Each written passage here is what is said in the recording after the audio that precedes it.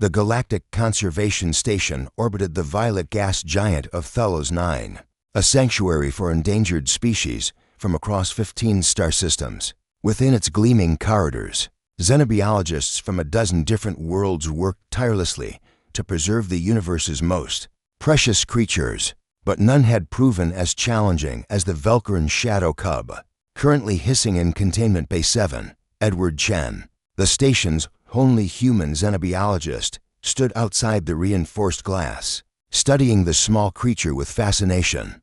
The cub was no larger than a terrestrial house cat, covered in midnight black fur that seemed to absorb light itself. Its 6 eyes glowed amber in the dimness, and its twin tails lashed with barely contained fury, for rows of razor-sharp teeth were fully displayed.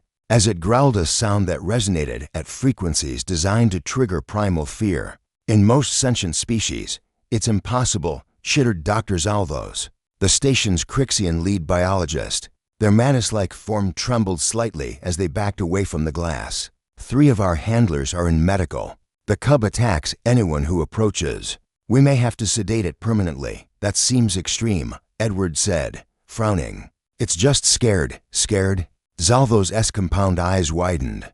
That creature is an apex predator, even in juvenile form. Velcarans are extinct in the wild precisely because of their aggressive nature. This may be the last of its kind, but if it cannot be socialized.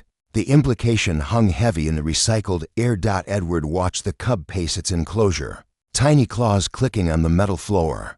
Every being that approached was met with the same response: growling, spitting, and aggressive lunges. The Velcaran had been rescued from a derelict cargo ship, likely stolen by poachers before their vessel failed. It had been alone, possibly for weeks, in the dark. Let me try, Edward said quietly. Absolutely not. Humans may be durable, but even your species' enhanced healing won't help if it goes for your throat. I won't let it get that close. Edward was already moving toward the access panel. But I need to try something different. Before Zalvos could protest further, Edward cycled through the airlock and stepped into the containment bay. The temperature dropped immediately. Velcaran's preferred cold environments. His breath misted as he crouched down, making himself smaller. The cub's growl intensified, a sound like grinding metal mixed with distant thunder. It backed into the corner, all 6 eyes fixed on him, tails raised like scorpion stingers. Hey there, little one, Edward murmured, his voice soft. He didn't approach, didn't even move. He simply sat, cross-legged, on the cold floor. The growling continued. Minutes passed. Edward began to hum an old earth lullaby his grandmother had sung to him. The cub's ears, nearly invisible against its dark fur, twitched. The growling didn't stop, but it shifted in pitch, becoming less aggressive, more uncertain as slowly. Glacially, Edward extended one hand, palm up, not reaching, just offering. The cub hissed, showing all its teeth.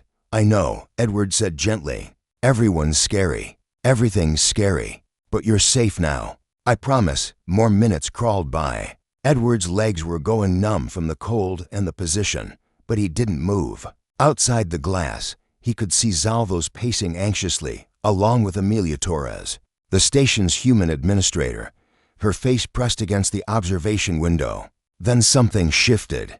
The cub took one tentative step forward, then another. Its growl had faded to a low rumble, more questioning than threatening. Edward remained perfectly still. The Velcaran cub crept closer. Close enough that Edward could see the individual strands of its impossible dark fur, could count each of its gleaming eyes. It sniffed at his extended hand, whiskers twitching.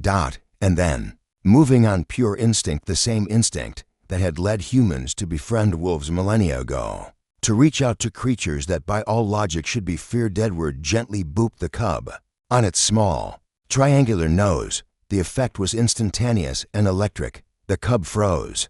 Its 6 eyes went wide. The growling stopped completely. For a heartbeat, Edward wondered if he'd made a terrible mistake. Then the Velcaran cub made a sound he'd never heard before, a soft, trilling chirp.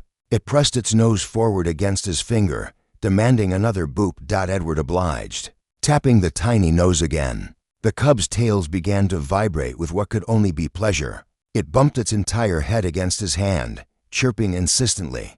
Well, I'll be damned. Edward whispered, beginning to gently scratch behind the cub's ears. The creature practically melted, its aggressive posture dissolving into contented purring, a sound that resonated through the chamber like distant drums. Over the following weeks, the transformation was remarkable. The Velcarin cub, whom Amelia had named Shadow, became the station's most beloved resident, but it would only tolerate handling from Edward and occasionally Amelia, and only if the interaction included regular nose boops.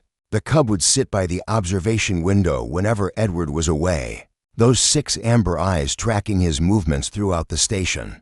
The moment he entered, Shadow would rush to the barrier, chirping and bumping its nose against the glass until Edward came inside for their boop ritual. "It's unprecedented," Dr. Zalvos admitted during a station meeting. Their skepticism transformed into scientific fascination. The human concept of booping has created a positive reinforcement loop. The physical contact, delivered non-threateningly, triggered a nurturing response in the cub's brain chemistry. "We just call it making friends," Amelia said with a grin. The discovery had broader implications. Within months, conservation teams across the galaxy were consulting with human handlers about tactile bonding techniques. Species, previously thought too aggressive for rehabilitation, were thriving under human care. Shadow grew, as Velcarins do, into a magnificent specimen, sleek, powerful, and absolutely devoted to Edward. The apex predator would still growl at strangers, would still display those impressive teeth, but the moment Edward appeared, the fearsome creature would bound over like an oversized kitten, nose presented expectantly for its beloved boops. Standing in the observation deck one evening, watching Shadow play with enrichment toys, Amelia turned to Edward. "You know what the council said? They want to establish a human-led program for aggressive species rehabilitation. They're calling it the Boop Protocol." Edward laughed, watching Shadow notice him through the glass and immediately press its nose against it. 6 eyes bright with affection. "Humans have been booping animals for thousands of years. We just never thought to call it a protocol. That's what makes you people terrifying," Zalvos said, approaching from behind. "You see an apex predator, and your first instinct isn't to run. It's to boop its nose." Edward smiled, heading toward the containment bay where Shadow waited, already chirping in anticipation. "Not terrifying," he said. "Just human." The last Velcarin Shadow cub in existence had but at his hand the moment he entered, purring loud enough to rattle the observation glass, demanding its boops with the insistence of a creature who had learned that sometimes the scariest thing in the universe could also be the gentlest. And that was the most human lesson of all.